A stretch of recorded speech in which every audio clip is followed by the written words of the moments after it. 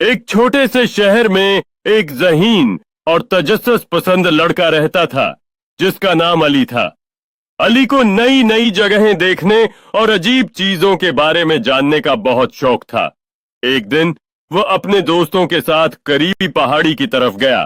پہاڑی پر چڑھتے ہوئے اسے ایک پرانا سا چشمہ نظر آیا جو پتھروں کے درمیان چھپا ہوا تھا۔ جیسے ہی علی نے اس چشمے کا پانی پیا، اسے عجیب سا احساس ہوا۔ اچانک اسے پرندوں کی آوازیں سمجھ آنے لگیں۔ علی حیران ہو گیا۔ ایک چڑیا اس کے قریب آ کر بولی، یہ چشمہ جادوئی ہے، جو بھی اس کا پانی پیتا ہے وہ ہماری زبان سمجھ سکتا ہے۔ اب علی روز وہاں آتا اور پرندوں سے باتیں کرتا۔ ایک دن پرندوں نے اسے بتایا کہ جنگل میں ایک خطرہ آنے والا ہے۔ کچھ لوگ درخت کاٹنے والے تھے۔ علی نے فوراً اپنے شہر کے لوگوں کو خبر دی۔ شہر کے لوگ اکٹھے ہوئے اور انہوں نے جنگل کو بچانے کا منصوبہ بنایا۔ جلد ہی درخت کاٹنے والے وہاں سے چلے گئے۔